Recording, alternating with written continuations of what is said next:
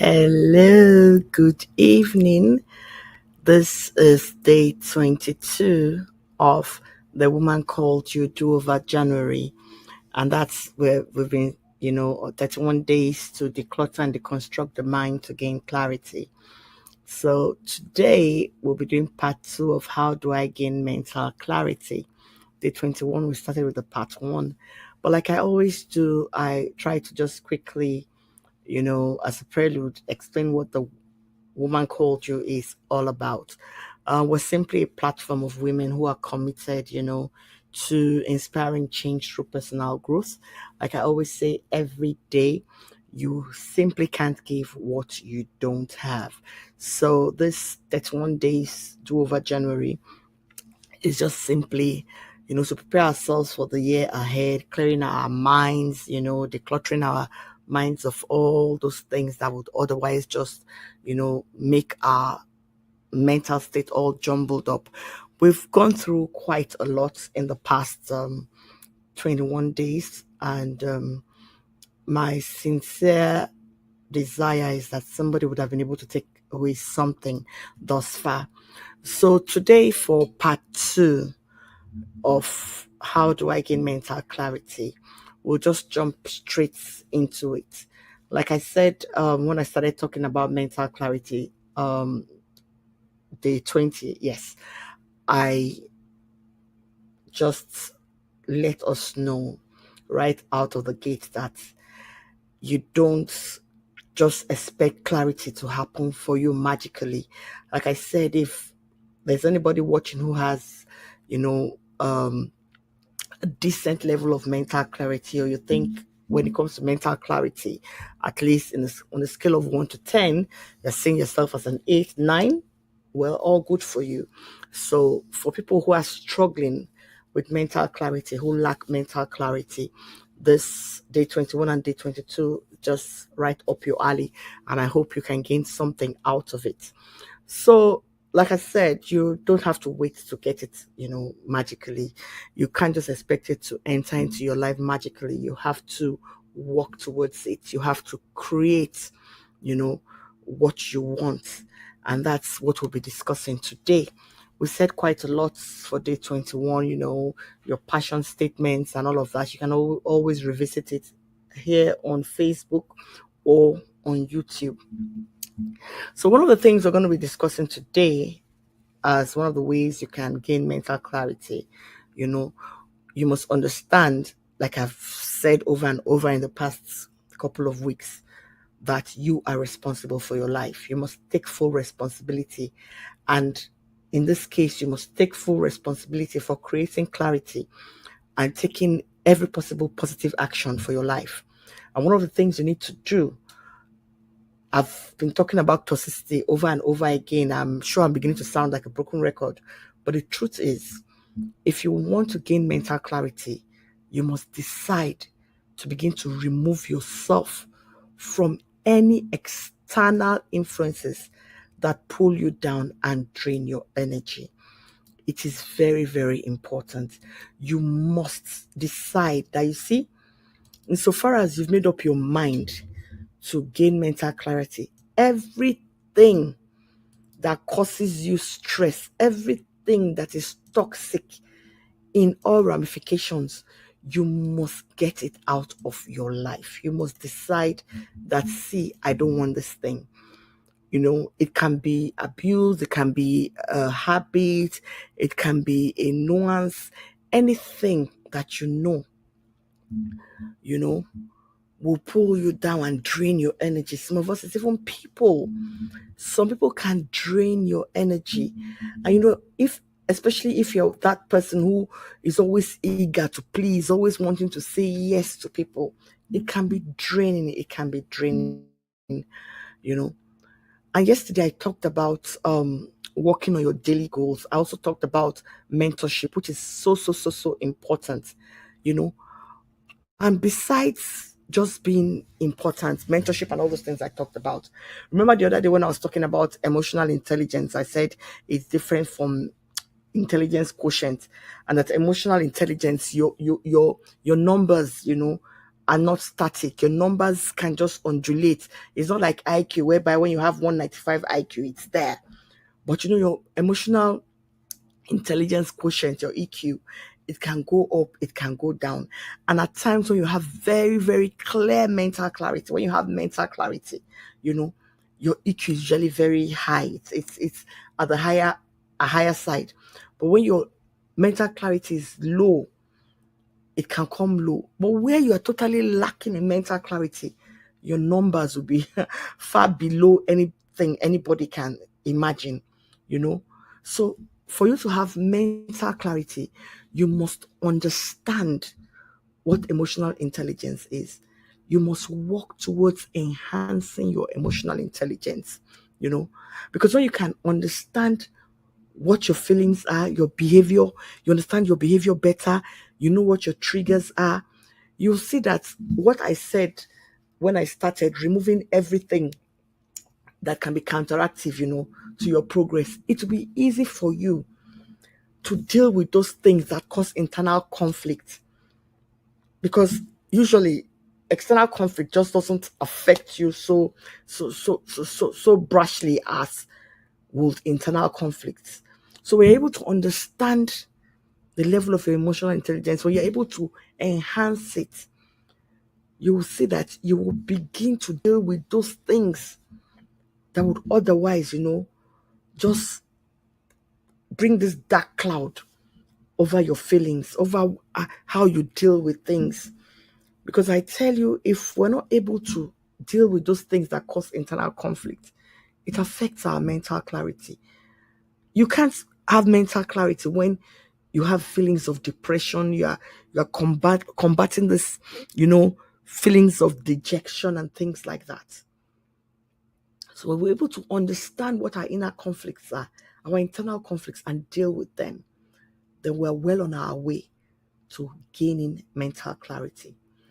Another thing that we need to do to gain mental clarity, I've mentioned this over and over again, but one thing, sometimes it might seem as if we are being repetitive, in the way we go on and on about certain things. The fact is that the fact is, I just need to cut this call. Sorry. The fact I need to tell them to just send. That's one thing about doing things like this, at times like this. It's so unscripted that when you have important calls coming in like this, you just need to deal with them. Okay, I'll do it now. So good. As I was saying, when you have to deal with your mental clarity levels, I'm telling them to send a text. Good. Just a second. Good. I've sent the text. That's good enough. Yes. So I said something I've spoken about over and over again, and it almost seems as if I'm becoming a broken record. But it's important because it just runs right through every imaginable, spectrum or level or anything you need to do to gain mental clarity. Even when you're talking about what I've been saying for the past couple of weeks, on learning to relearn and all that, you must learn to be a ruthless prioritizer. You must learn to be a ruthless prioritizer. Oh, this kids, I'm in a meeting. Okay, good. You must learn to, sorry about that. You must learn to be a ruthless prioritizer. You must know, what your priorities are. You must be able to fine tune them, whether you like it or not. Every process that has to do with productivity in your life, you must be able to fine tune it. Because you see, if you're not able to fine tune your plans, by the time you begin to have obstructions, you'll not be able to manage them. And that's the truth. You'll not be able to manage any obstruction that comes your way. They call it bump along the journey. You'll not be able to manage it because you have not been able to prioritize. So when you become a ruthless prioritizer, people might think, you are becoming an efiko, you're overdoing it. No, I'm not saying you'll be obsessive. No. You will just ensure you dot your I's, you cross your T's. You would understand that once you're able to do that, you will prepare for any, unforeseen circumstance. You'll be able to manage everything that comes your way. You'll be able to act with clarity of intention. Because what happens to most of us, when we are not used to prioritizing, we don't even, we don't even think about what our intentions are in going into something. We just rush into it. But when you deal with every foreseeable or unforeseeable thing or obstruction that lies before you, because you have planned, you know what would lead to this, you know what you might likely encounter, you will see that you will begin to act with clarity of intention. When you say clarity of intention, it's just simply being very intentional and deliberate in carrying out whatever you set your mind on. Some people will call it being ruthlessly focused, but that's the truth. You must have clarity of intention, And one other thing I said the other time when I was talking about mental self-care, if you want to have mental clarity, and I will bring that up again, you must become an intentional consumer of information, not necessarily false news. No. Remember I said yes, I talked day 21 about your choices. Whatever choices you have made, you must seek information. Seek information. Don't be that person who just rather, you're so passive. So you just passively receive information. You shouldn't be that kind of person. Because when you deliberately seek for the right information, you know what you begin to do? You see, it begins to build your sense of perspective. You begin to understand how you view something. And when you do that, you're engaging your senses, your thinking faculty, how they used to say it when we're younger, and all of that. They come into play. And for you to do that, you see that you would have to venture outside of your comfort zone. Look at it as going beyond your usual sources, but because you are actively seeking information. I talked about when we're making our choices, and when you make your choice, you're not just passive. You decide, okay, I want to sell moi moi or whatever, or cook moi moi or sell okrika, whatever it is you want to do. You go out to deliberately seek information from those people who are doing it already. You don't go from the unknown to known. Go from the known. So many of us, we do not have mental clarity because every time it's like we want to reinvent the wheel. If you are dealing with something that's been there before, seek information on that thing. And I bet you will have mental clarity, because as you go along the way, every information you are getting is enhancing what you have heard before. It's enhancing what you have known before. And you see that because you're now getting quality information about these things you want to do. This info you get to begin to feed your thoughts. It will determine your actions and fuel your emotions. Even going into a relationship with somebody, you need to have full disclosure. Sometimes I imagine that that's why back then in Igbo land, when somebody wants to marry somebody, they'll go and start investigating and everything. It's because they need clarity on everything.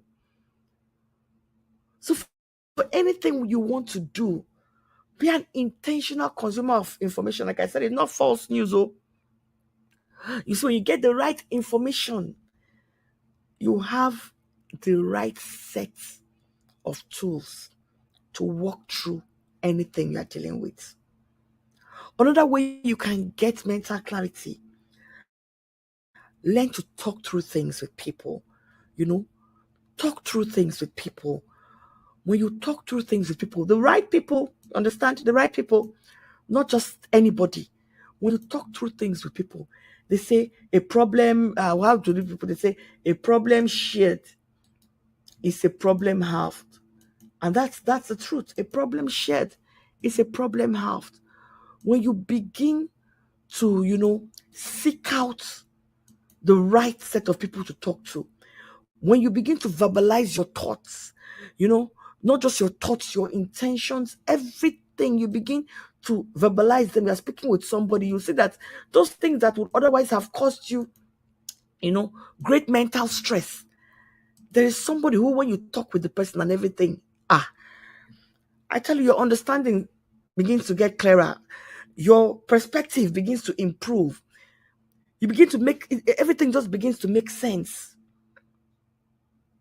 I remember one of the things about mental clarity, when you have a high level of mental clarity, remember I said it on, I think, day 21, you are able to put ambiguity in context. People that don't have mental clarity, everything about them, there's ambiguity.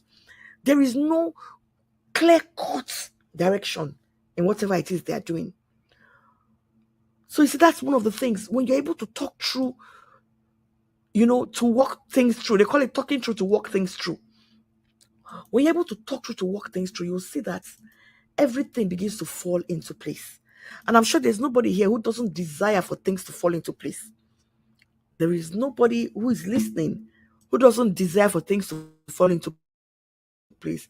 But if you're that person who you will keep everything in your mind, you don't want to share it because you feel, if I share, it's either they steal whatever knowledge I have or they go to town with my news. But you see, for mental clarity on issues, it doesn't matter what aspect of life that is on the front burner, or is whatever it is you want to deal with or discuss or do, you must practice talking to somebody. You must practice talking to somebody. And if you do not practice talking to somebody, you might begin to find yourself, facing certain life obstacles that you could easily have overcome if you had the right person to talk to. Little wonder, for the Westerners, they have shrinks, they have therapists, they have professional help that can help in teleguiding. That's purposefully teleguiding, not just wasting one's time, purposefully teleguiding one into the right head space. But where you don't even have such people, I said it the other day, there are support groups, people of like minds. I'm sure there's no dearth of that in our present day, not with all the technology available. If you find the right kind of people to talk to, the right kind of people to verbalize your thoughts before, you can be sure that things will not be so far-reaching as they seem. So I want to encourage somebody today. We've just touched on just a few. We've talked about, one, removing yourself from any external influences that pull you down and drain your energy. We have talked about becoming a ruthless prioritizer. We've talked about being an intentional consumer of information. And finally, we've talked about talking things through, to walk things through. And when you talk things through, have you ever seen where you say something and after saying it, you realize that, it wasn't so heavy after all? So I'm asking a woman, a gorgeous woman, to just take that step today. Go back to day 21. See what, I had to say on day 21. Practice. Come to day 22. Practice as well. And before you know it, things will definitely look up. Things will look clearer. And like I've been saying right from the beginning of this series, 31 days is not enough for you to truly get to where you want to be. All it takes is just one day at a time. And I hope somebody will be able to embrace this. Thanks and God bless. And yeah, I kept the time today. I said 20 minutes in this last because we're actually on the home run. Today is day 23. We have day 22. We have 9 more days. So we are on the home stretch. God bless you. Good night.